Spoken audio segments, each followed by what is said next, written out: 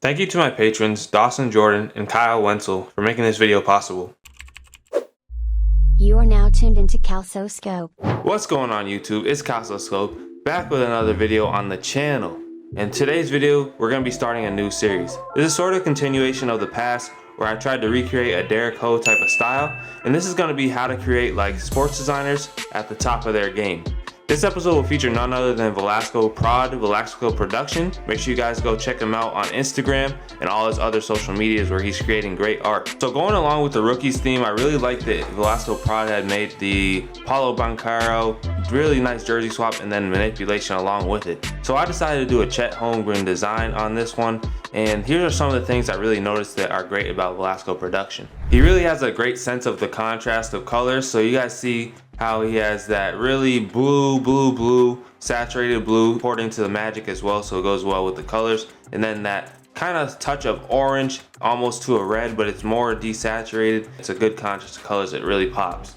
Second thing I noticed is the motion blur. The motion blur on the graphic and the motion blur of the elements in his style. And I had a lot of fun just playing around with motion blur because I don't really use too many effects usually. Like, I don't use too many explosion effects and things like that, so this really challenged me to really up my level of designing. He had a high level of retouching. I actually did the retouching on the first version of this, but shout out to Narrow Designs. Definitely did the retouching on this one. Make sure you guys go tap in with him as well if you don't already know him. Narrow Designs on Instagram. And then two other things were the realistic swap and the effect placement. And I didn't even do like a normal jersey swap, like how you would take the collar off and all those other things to put the placements. I just did a liquefy swap, so I'm wondering if he did a liquefy / puppet warp swap, because I think that puppet warp swaps do work out really great if you have this similar body type, and then you can find a great photo. So that's what I did for the jersey swap. And then for the effect placement, see how he kind of just builds up everything around the subject. Everything feels really spaced out, even though it's a tighter space, and nothing feels too crowded. So now we're gonna go ahead and I'm going to do a complete breakdown of the design so that you guys can see how you can get your style to Velasco Production. Is this gonna be identical to his? No. Are the colors identical, or is anything identical? No. But did I implement a lot of things from his style, and am I gonna be able to teach you guys? Yes. Alright, so I'm gonna break this down and we're gonna just start from the beginning of the process, right? So let's just get everything out of here and let's just start with the background. So this background, you guys see how it has like a lot of contrasted colors, and it's just orange and blue. Those are the colors that I really wanted to go with, and I noticed from Velasco. Alright, so here's the base color that I had. It was just like a dark blue, pretty highly saturated, and just really dark, okay?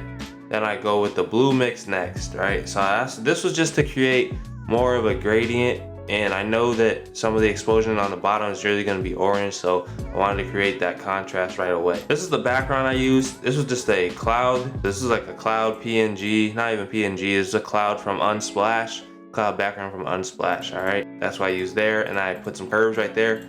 Curves right there really match that blue tone. Then these are all just build up layers, right? So we're darkening this. It's going to be in the back. Haze layers.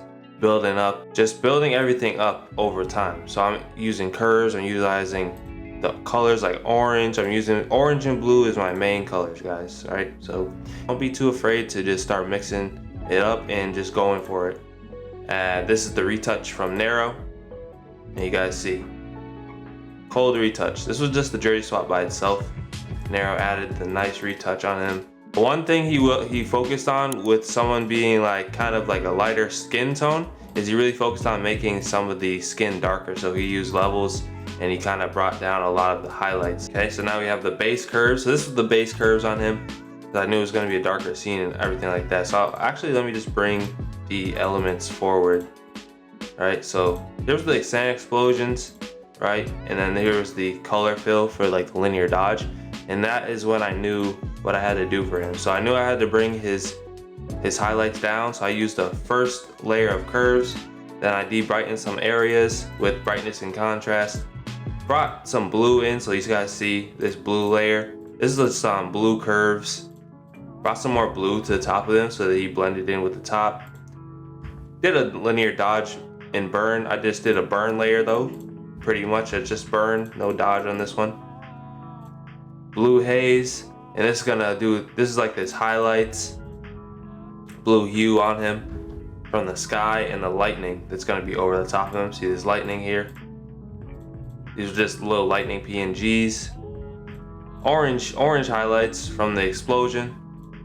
Some more orange. Rim light. And how I did this rim light is I just took his mask. So if you click on the mask and then you go select, modify, contract, and you can contract the mask, okay? Then if you invert it and it's still clipped to him, it will be whatever color you choose. So that's how I did that contrast.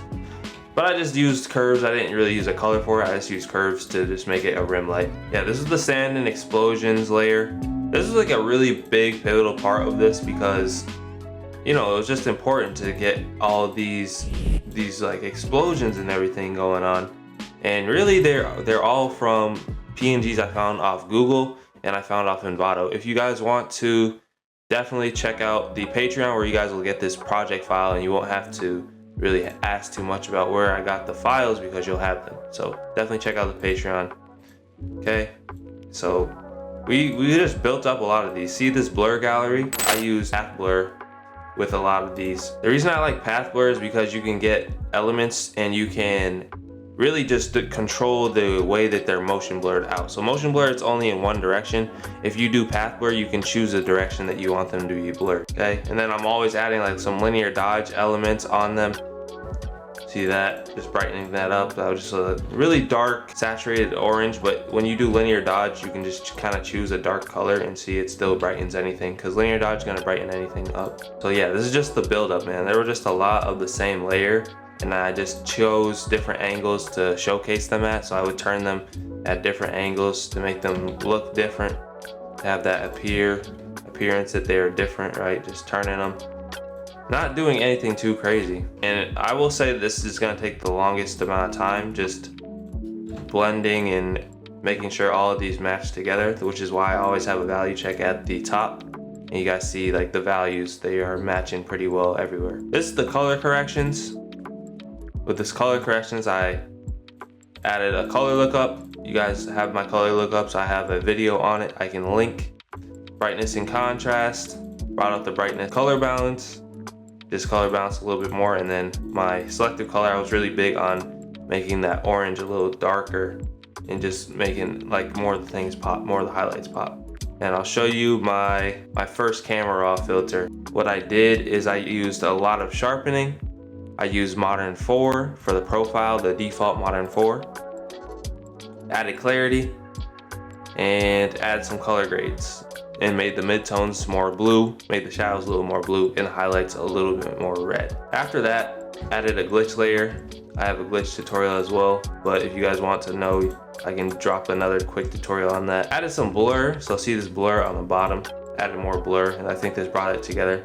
See how that was kinda just stagnant. I think this blur helped it out. I used path blur once again, like I showcased. Another color lookup, selected color once again, brightness, and then we get to the end. Added linear dodge to just make some more light here. Added a grid texture. I had gradient. This gradient was really big time because I just chose similar colors from the composition. So I chose a dark blue I found here, chose a darker orange, chose a lighter orange, and then I chose the almost white tone, and then I put it on luminosity. And I think it just looked really sick, so I kept it. So if you guys have any suggestions on the series, like who you'd like to see next, what other sections of the series could be in a video, and other things like that, definitely let me know down below in the comment box. With that being said, you guys can get this project file and all my other project files on Patreon. So just check the link in the description. It is a monthly support and it helps me out tons. Until next video, make sure you guys stay scoped. Make sure you guys subscribe, drop a like, share with a friend, and I'll catch you guys next time. Peace.